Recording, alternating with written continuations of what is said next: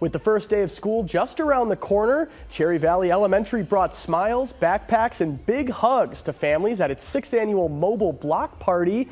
Held across multiple neighborhood stops and wrapping up in the school parking lot, the event gave students and families a chance to meet teachers and staff in a relaxed, festive setting. The block party also featured a strong showing from community partners, offering everything from school supplies to family resources, all helping to build excitement and connection ahead of the new school year.